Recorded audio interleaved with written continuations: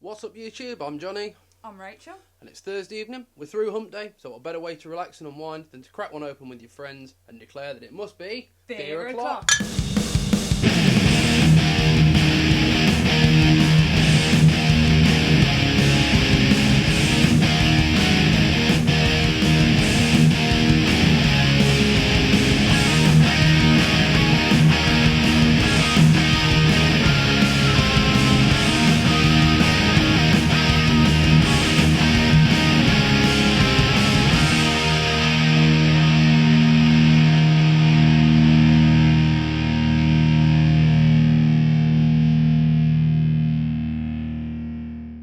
Hello again everybody, I'm Jonny, welcome back to the Beer O'Clock channel.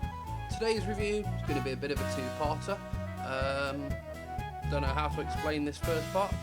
It's sort of an unboxing, sort of a review of what as beer drinkers we like to keep our ales in.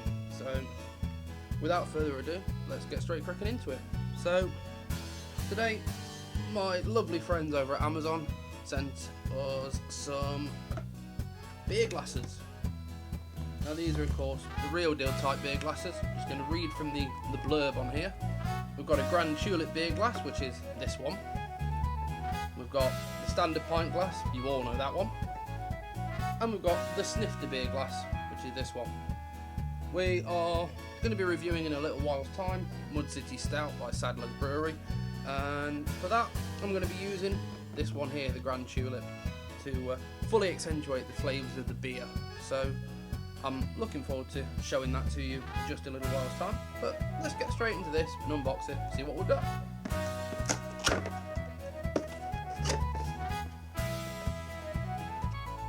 first off, we've got this Grand Tulip glass.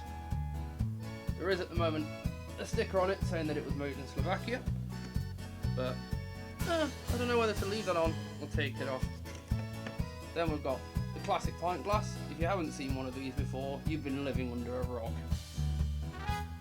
And then we've got the snifter.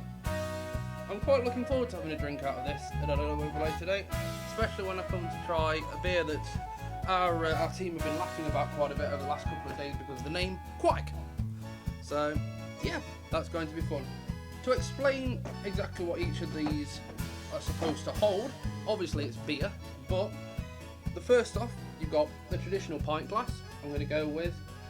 So it holds British ales, stout and IPA. You've probably seen these in ale pubs, normal pubs throughout the country, throughout the world even, just holding the standard issue IPAs, your normal ales, and of course your traditional beers. So there's that, first of all. Next up, we move on to the snifter beer glass. These are a lot more common to hold Trappist ales, stouts, again IPAs, or even lambic beers as well.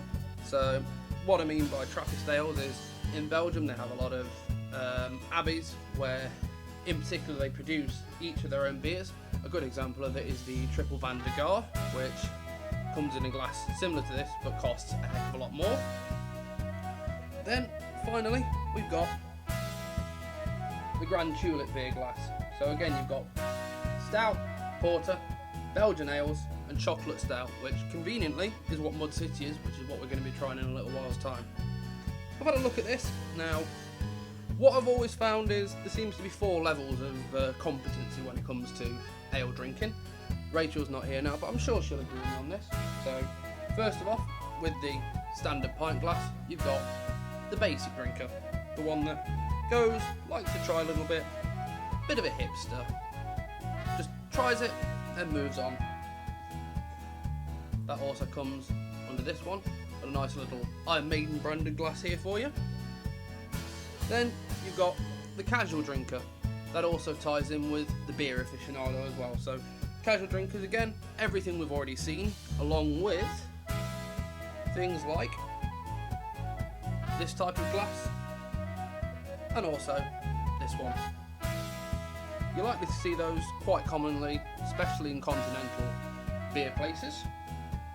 And alongside that, with casual drinking and also with beer aficionados, you'll see these quite a lot. These are gigantic 2-pint beer mugs. They are very commonly sold in German markets, German Christmas markets, and used a lot in beer cellars over in Germany, Belgium, Austria, wherever you want to be going at that particular time. So that's those. But my personal favourite, I don't like to drink from it a lot myself, but my personal favourite, and one for the fourth and final grade, the competitive drinker, is the Beer Boot. Now, a lot of people probably aren't entirely familiar with what one of these is, so I'll fill you in a bit. Watch a film called Beer Fest, it'll tell you all you need to know. Basically, in Germany, they fill one of these right up to the top with beer. You have to try and drink as much of it as quickly as you can without spilling any, because there is a heel on the boot and also an air bubble in the top. The way to do it is to twist it as you're drinking it, so that the bubble doesn't form and you don't end up getting it all over your face. As I said, these are usually reserved for heavily competitive drinkers. I personally would try and pace myself throughout a night on one of these, but I wouldn't get one down me straight away in about 50 seconds, because that's just a stupid thing to do, and I would probably end up in hospital. So, those are the various types of glasses. What we're going to do now is we're going to get Rachel, and we are going to go ahead and try out the Mud City Stout. Several hours later. So, as you can see, it's now quite some time later. We've been joined by Rachel. After somewhat of a pouring mishap, my trousers are now wearing half of my pint, but Rachel and I, we're going to attempt to talk you through it, and afterwards I'm going to get some clean trousers. Rachel? So, the brewery Sadler's is based in Lye in the West Midlands and has been open since 1900 and claims to have won awards for their craft ales, though I cannot locate which ones. Interestingly, although they claim to have been brewing since 1900, they did actually close in 1927 and did reopen in 2004. Same family lineage, still runs it though, having even upscale in 2015. I have actually tried this in the past in Stourbridge and I really enjoyed it. I still would recommend it now. So, what did you think of it then? At the time I tried it, it tasted rather biscuity. Rather biscuity. I can kind of see that coming through. Yeah. I'm getting chocolate as well, and that's a good segue into the next bit. So its main selling point is that they seem to focus on the fact that it's blended with raw cocoa to add a rich chocolate taste to the brew. It's, if memory serves me, it's available in cask, bottle and keg, and recently has also become available in canned format as well. The research didn't tell us that, that was just from Google. In terms of what they use in it, the ingredients are grains. Mud City uses the Marisotta pale malt, roasted barley and chocolate malt to produce a grain tasted chocolate, crystal malt, wheat and oats. The hops Mud City use are a selection of First Gold and Northern Brewer. So you can see why it gets this lovely ebony black colour.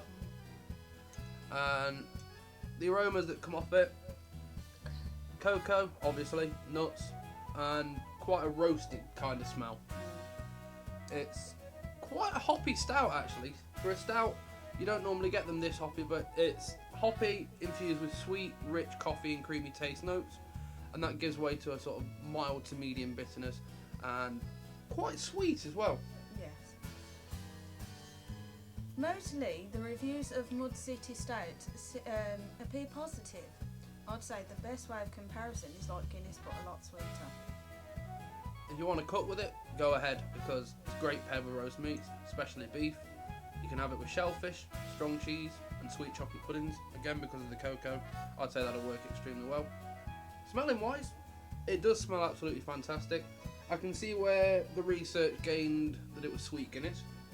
Yeah. And it's also worth noting that if you want to pick some of this up for yourselves, Asda, Home Bargains and also B&M Bargains as well do happen to stock these.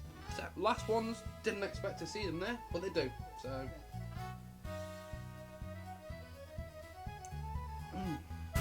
but I really like this one. In fact, it's going to number one spot over Hogan. Yes, and this one doesn't taste like absolute shit. Doesn't taste like absolute shit bollocks, no. If you haven't actually watched that particular Facebook review yet from Mel, please do go ahead and give it a watch. It's the shortest beer review you're ever going to watch in your life.